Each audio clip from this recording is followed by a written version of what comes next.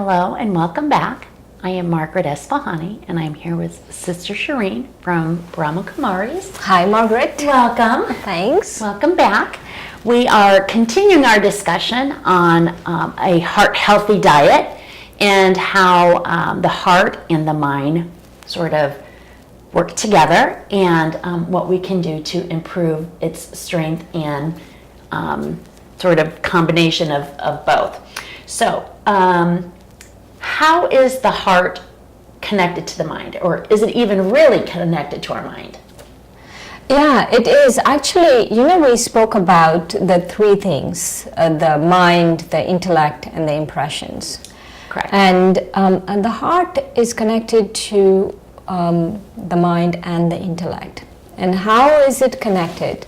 So whatever happens in the mind gets, like if you're thinking about something, it gets lodged in the heart. And then whatever happens in the heart, again, gets fed back into the mind. So let's say if you want peace, your heart needs to be kind of whole. Yes. Because otherwise it's not sustainable peace. Correct. It feels you can have peace for a few moments and then again you start thinking about old issues. And so to really have peace, so they're both connected that way. And then there is another thing, is the vision we have for ourselves also is connected to the heart. So what happens is, let's say I have a certain vision for myself, okay, and that actually happens again, mind, heart, vision, all of them kind of like a feedback loop. Correct. And so the vision is, let's say I have a certain vision for myself, then that also helps in healing the heart, in making sure the heart is good, the heart is strong and healthy, the kind of vision I have for myself. And so that also is there. So I have to take a step back and I have to take a look at what my vision is and say... For myself, yes.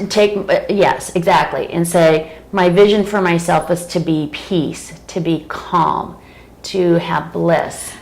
And that is, like the aspirations you have for yourself, but also what you think of yourself. What you think of who you are is very important. In our last series, you had specifically said to remind ourselves that I am a soul, I am pure, I am love. You said please love. I am love. I am lovable. I am loving. Yes, and I think that's really important and really critical to do that back on oneself. So explain, if you can, for me. There's one more thing, can I share? Yes, shoot. So one of the things also is how the intellect is connected to the heart. Okay. And what happens is, in the intellect, you can actually fill your intellect with truth. So the intellect is all about discerning and all of those, right? Yes. So you can fill your intellect with truth. And that cleanses the trash in the heart. Okay. And so, how do I define truth? Okay, back to this truth again. And so, anything that is eternal, anything that is not exclusive, not saying exclusive to me or exclusive to this group of people, anything that applies to everyone, anything that is eternal, and also anything that really uplifts souls, that makes souls divine or makes souls elevated. Right. Like reflecting on it would make souls elevated, make souls divine. Like you can't say, this particular concept says I should hurt this person. And that can't be true because it doesn't make anyone divine, hurting people. Right, and that's separation. Yes, and that's separation, exactly. And so that is truth. So what happens is the heart and the intellect are really closely connected.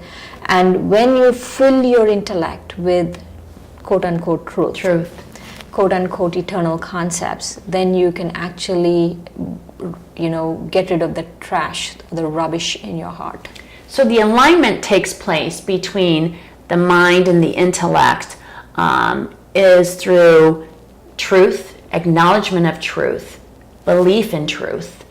And once you acknowledge that and take that into consideration, then our heart and our mind, intellect can all come together.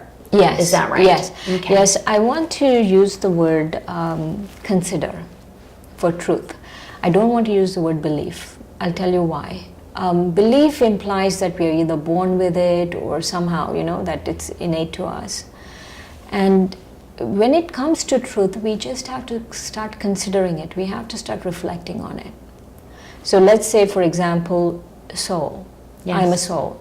What I suggest to people is start considering yourself to be a soul. So that implies that we have a choice in the matter, that I actually have to do something about it. It's not innate, Right. And so it's the same with any aspect of truth. It's not that we're just born with belief, or born with faith or whatever. It's not like that. It just, what happens is that once you start reflecting on it, once you start considering yourself to be something, then that becomes part of you. And so that connection between truth and considering yourself to be, let's say, I am love. It's not that you suddenly born with faith or believe that you're love. You start considering yourself and you say, I'm really love. Right. And that shifts whatever trash is in the heart. It just kind of eliminates it. I really appreciate the fact that you keep bringing back that it's really about I, and it's really about me in this particular example. I am taking accountability. I am choosing to say to myself, I am good. I am a soul. I am eternal. And that shift in dialogue in our own minds is really critical and really important. And so help me if you can, or if you can elaborate a little bit more on that shift. Saying those words is great. What other things can I do to shift and align my heart and my mind? The word that comes to me is discover. Okay. Because the etymology of the word discover is just uncover. This means like reveal. Yes. Like you unveil. Discover is an unveiling, it's a revealing, and it's an uncovering. And so we are actually whole inside. Internally, we are whole. Okay, that sounds perfect. And we just have to uncover it. We have to reveal it to ourselves. We are the last ones who know about it, actually.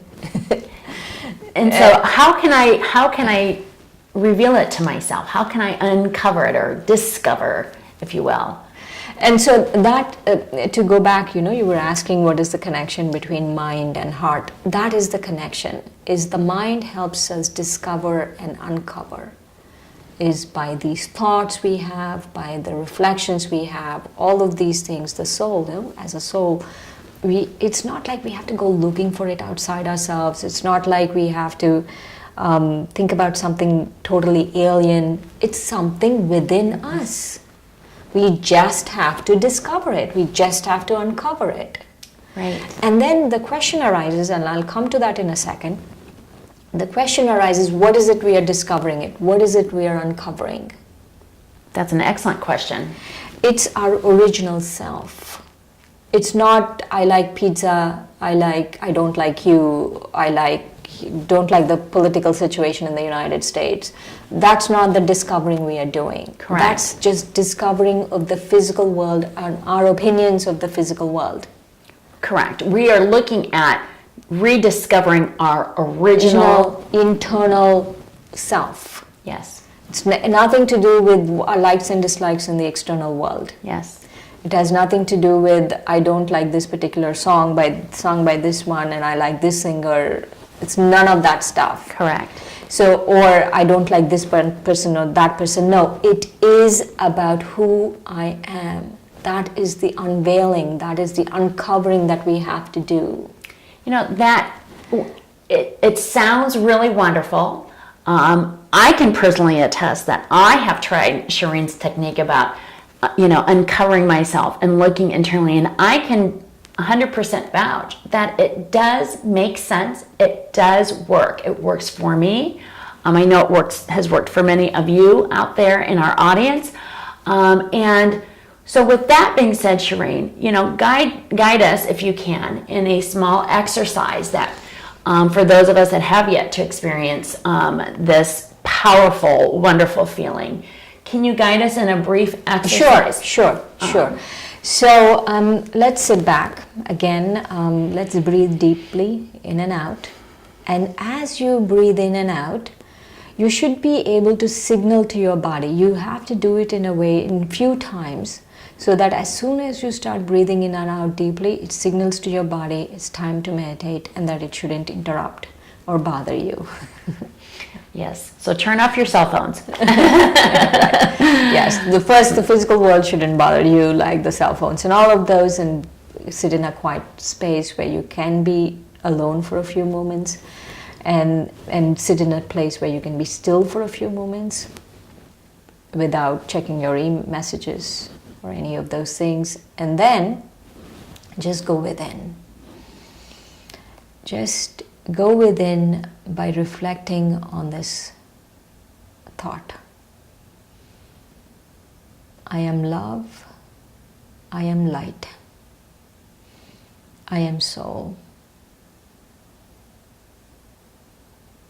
Soul is this being, the thinking, feeling being,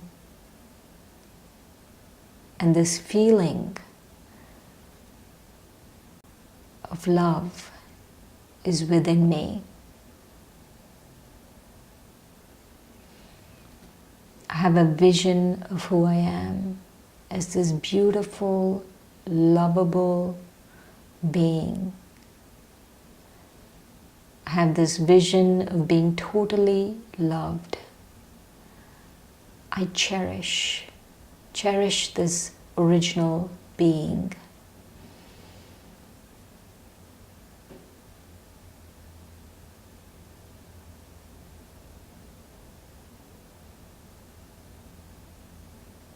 And this is the truth.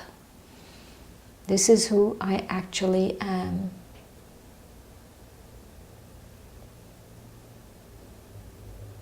I am a soul, I am light, and I am love. That is who I am. And that helps me clean my heart, because I'm feeding myself a heart-healthy diet. A diet of pure feelings, a diet of love,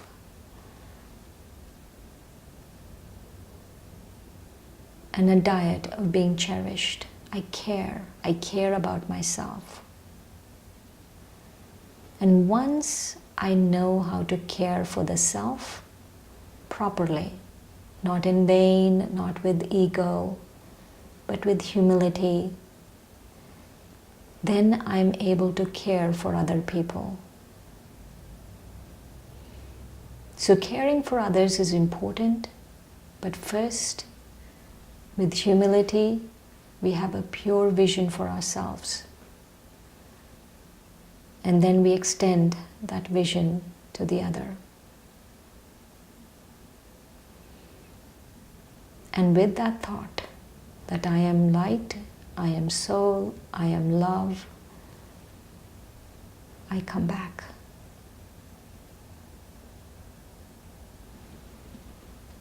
That's really beautiful, Shireen. Thank you for making all of us feel so wonderful and guiding us to that point of heart healthy, mind, spirit, and soul. It is very refreshing. It's very calming. And I think all of you out there that have just experienced this brief exercise can take away a lightened feeling and happy feeling. So thank you, Shireen, Thanks, so Margaret. much. That was a powerful, excellent exercise.